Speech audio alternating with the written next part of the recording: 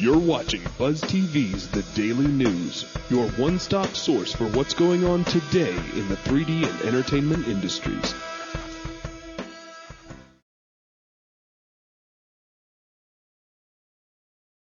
Hello and welcome to BuzzTV's The Daily News. Today, Wednesday, October 18th, 2006. I'm Buzz. I'm Terry. And I got the title of the show right. Yes, you did. It's not the live. You know, it's not the Playboy Live channel. It is The Daily News. Let's go ahead and start off with some moronic news from around the world.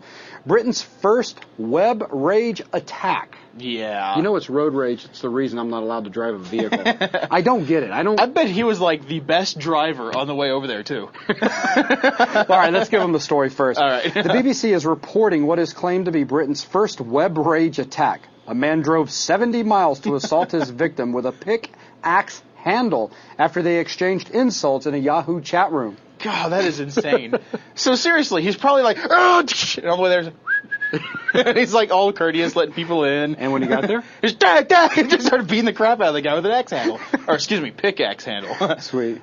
School bans tag and other recess games. That's right. Joystick.com is reporting that, citing fear that students will get hurt and sue, an elementary school south of Boston, Massachusetts has banned tag, touch football, and all other chase games from the playground. Yeah, but the good news is strip poker is still allowed. God, that's horrible. Moving over to the world of entertainment. This is actually kind of depressing. Very sad. Battlestar webisodes have been fragged. MSNBC.com is reporting that NBC Universal refused to pay residuals or credit the writers of these webisodes, claiming they're promotional materials only. So, Battlestar executive producer Ron Moore said that he would not deliver any more of them, including the 10 that were already in the can. Now, we're not sure if, that sounds like 10 that's in the can that have yet to be released. That's what I'm getting from it. Because they do have 10 episodes out, so right. I'm wondering if they've just pulled those also, and that's what they're talking about, the 10 that have already been done. That's just really disappointing to hear, though, because... They were so good. They were right between every episode. It's fantastic. They were fast, maybe 3 minutes 3 was the minutes, longest one? At most. They could pick up advertising money from the sci-fi site. That's true. It was fantastic. Moving on to some gaming news. Luminous Live lights up Xbox Live. Sorry, GameSpot.com is reporting that now it's official. This afternoon, Microsoft announced that Luminous Live has been released as part of its latest push in the company's Xbox Live Wednesday campaign. As of 1 a.m., of course, 0800 Greenwich Mean Time, by the way. The game is available on Xbox Live Marketplace for 1,200 Microsoft points, or roughly about $15. Tell you what, man, this Xbox Live thing, they're just, Xbox Arcade, they're just jamming right along. Yeah, well, if they start releasing good stuff, and I was reading something today that Microsoft was saying that we're kind of behind. Really? So we're supposed to be releasing more than what's out there right now. I've been really impressed with what they've done so far. I mean, highly impressed. I cannot wait for the Wii's Live. That thing was great. Old Nintendo games. It's fantastic. It's going to be awesome, dude. So it's okay, Terry. Yeah, you don't understand how cool that's going to be. It's okay. Although I do already own all the games. Sounds like it's going to be so cool I'm not going to see you for a week. Good point. I'll just put it from my house. We'll put an upside-down mop right here. Just like a motorized, yes, Jason. Okay, Take-Two founder steps down. Wow, it just never ends over there. Yeah. This is being reported over at OneUp.com. After years of scandalous accusations and months of disability leave. That is kind of odd. That is kind of strange. Take-Two Interactive's founder, Ryan Brandt, has formally resigned from his position as president of production for the company. Bryant founded the company in 1993, becoming CEO in 2001, and at which point he became the chairman. So he's just like, see you guys. Like, yeah. I'm out of here. I need to, And he probably didn't announce that until after, the secretary brought, here's today's mail. Well, that pretty much wraps it up for me. I'm out. See ya. See you guys.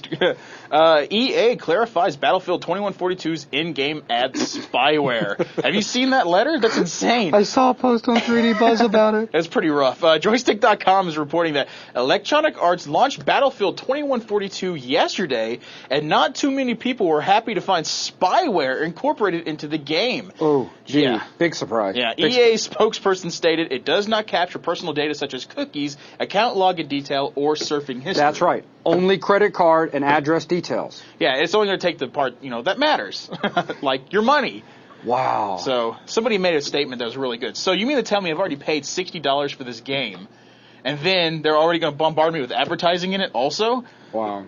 So that's pretty rough. Konami to bring shooter classics to the PSP.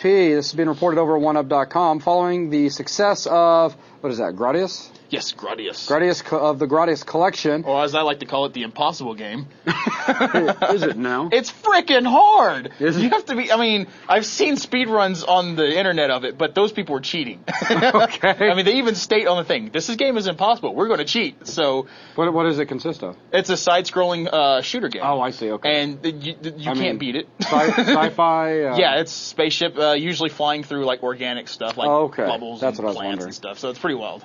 Obviously, quite successful. Released earlier this year. And basically, they are looking at bringing out, Salamander, Twin Bee, and Proteus? Oh, originals right there. They may not be famous to you guys. Go look them up. They're actually really good games. Proteus. Proteus, yes. Proteus. Yeah. It's good stuff. Yeah. All right, moving on to some tech news here. MySQL introduces community server database. Am I saying that right? MySQL? It's MySQL if you want to be very proper about it. Let the debate begin. Of course, we call it MySQL all the time. Yeah, that's right. I think they get mad at you if you do that too.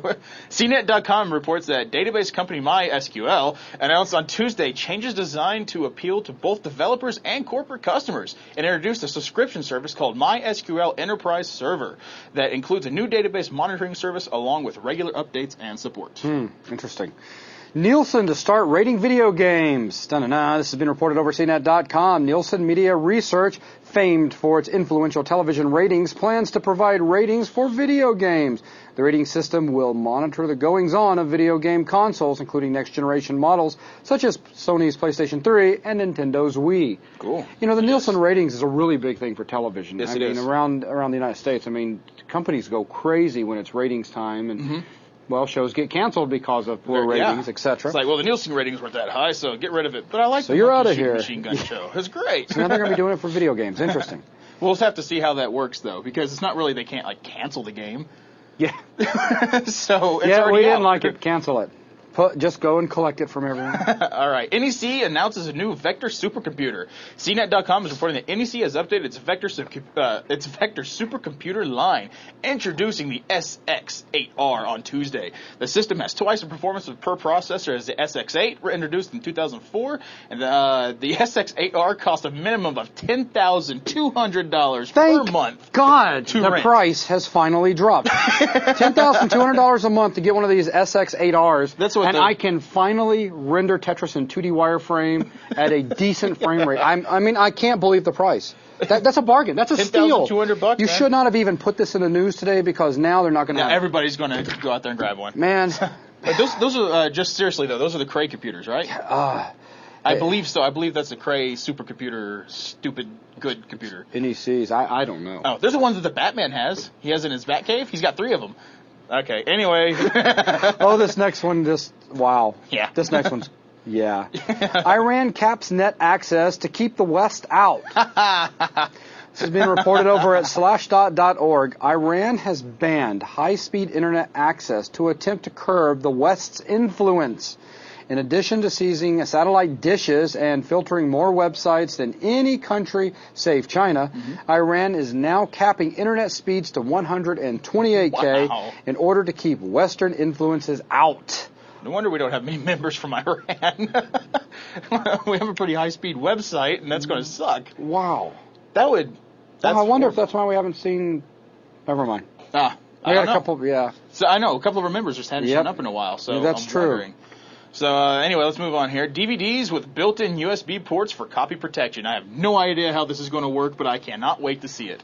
Slashdot.org is reporting that Aladdin has come up with a new way of restricting the data stored on optical discs. Aladdin, the company, by the way, not the genie guy. Anyway. It's the genie guy. Anyway, Owns the company. Its XCD format has a chip built directly into the disk, which fits into a USB port. So a user needs to plug the disk into their computer to access a cryptographic key before being able to use the data stored on the disk. That makes me want to sneeze. Yeah, how? I mean, how? I'm trying not to sneeze. I have no idea. Wow, TG Daily asks the question, is Sony coming back?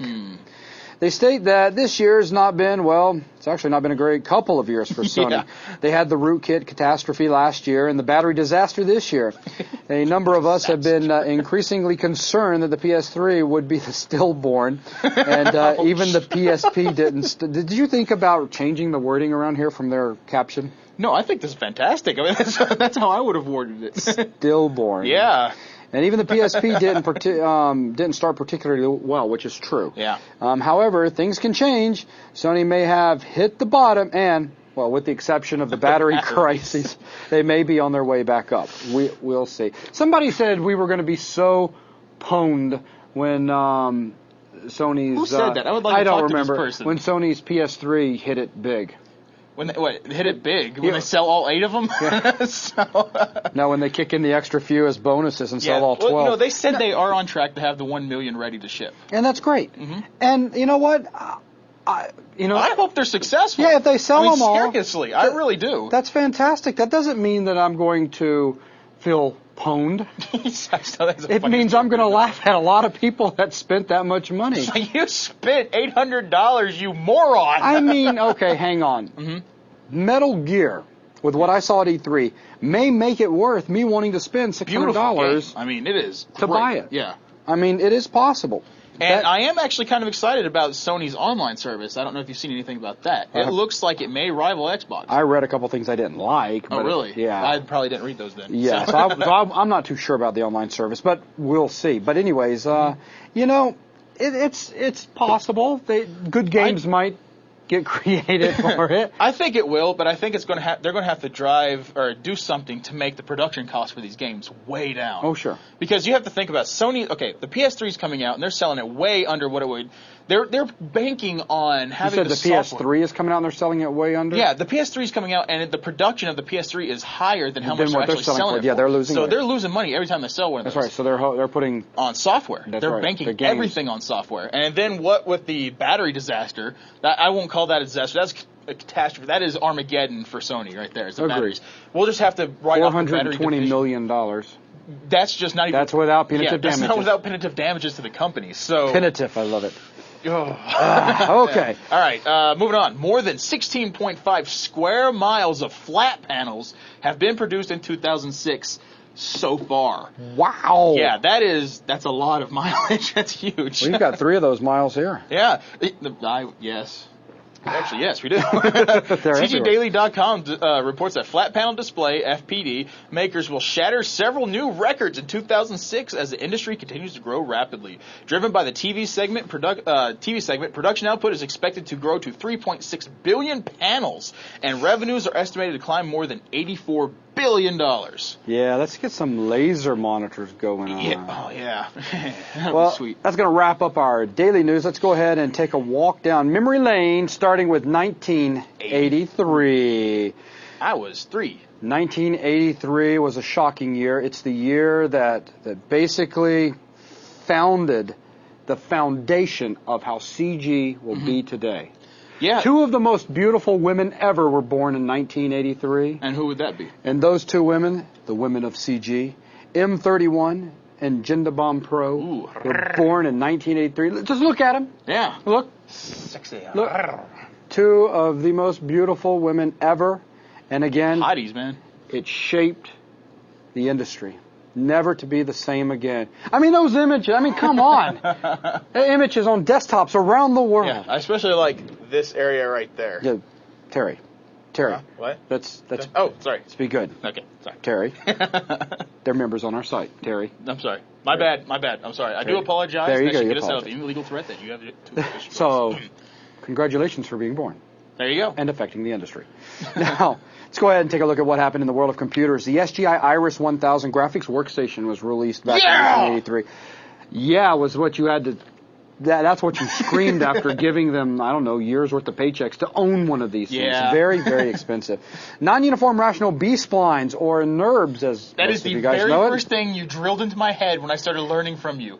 What is a NURB? It's like, non-uniform rational B-spline, sir. To this day, I still know it. Was a NURB? What's NURBs?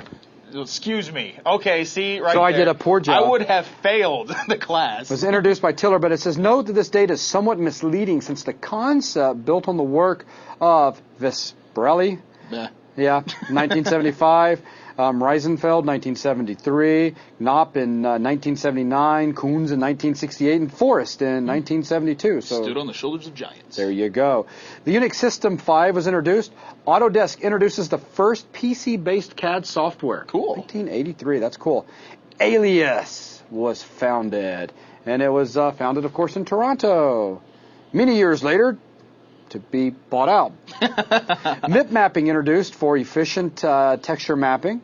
And Sony and Philips introduced the first CD player. In 1980, yes, they were giant, bulky things. Do you remember that? Yes, I do, actually. Bigger than your stereo. I still had my Sony Walkman in 1983 and was proud of it. Yeah. Man, those things were so... Anyway, I was going to say, they're so tough. Also in 83, we had the IBM XT is first introduced on March 8th, actually, of 1983. Paul Allen leaves Microsoft. The Time magazine nominates the PC as the Man of the Year. They were smoking something.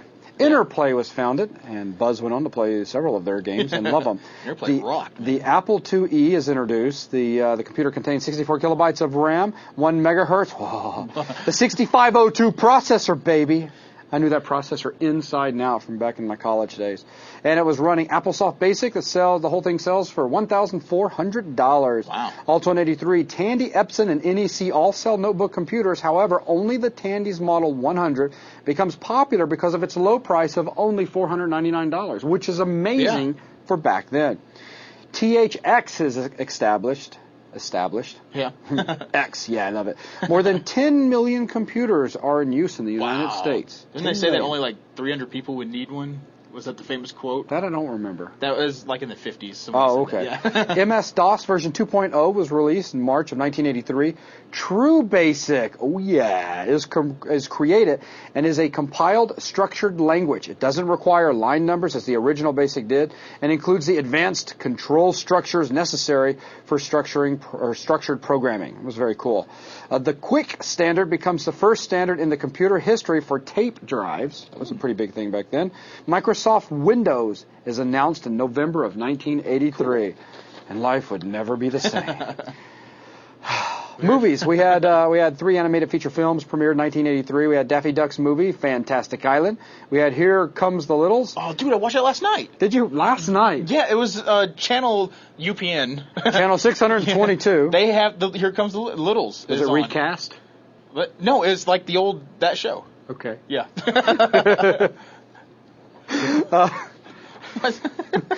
We'll talk afterwards. We also had Twice Upon a Time.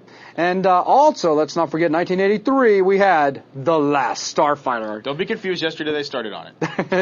And today they finished. There you go. And in television, we had 17 television shows premiered in 1983, and just amongst a few of them, because some of these I'm sure you'll remember, because I remember, Yeah. And Alvin, I'm starting to get into my era of... Alvin and the Chipmunks. Yes. The Charlie Brown Snoopy Show. There you go. The Dukes. Dungeons and Dragons. The show is so stupid. He-Man and... The kid was wearing the... It was so bad. I know, I'm just kidding. It was so horrible. Did you get up Saturday mornings to watch it? Yes. Shut up. But that's not the point. So did I. Even when I was little, I was like, man, this show sucks. I'm not turning it off. He-Man and the Masters of the Universe. Yes. The Littles. Mr. T. I forgot about that cartoon. So did I. The Pac-Man and the Rubik's Amazing Cube Hour. Let's make a cartoon based off a cube. And, of course, the Rubik's The Amazing Cube by itself. God. Wow. That's going to wrap up tonight's show. For those of you that are waiting for PMs or emails back from me, I'm getting close. I've only got 1,003 left. Oh, is that all? I'm getting close. I should have those caught back up in the next few days. Thank you for being patient with me. That's what I get for being sick and getting behind. But anyways, that's going to wrap up tonight's show, and we'll be back tomorrow with more news. Right here. See ya.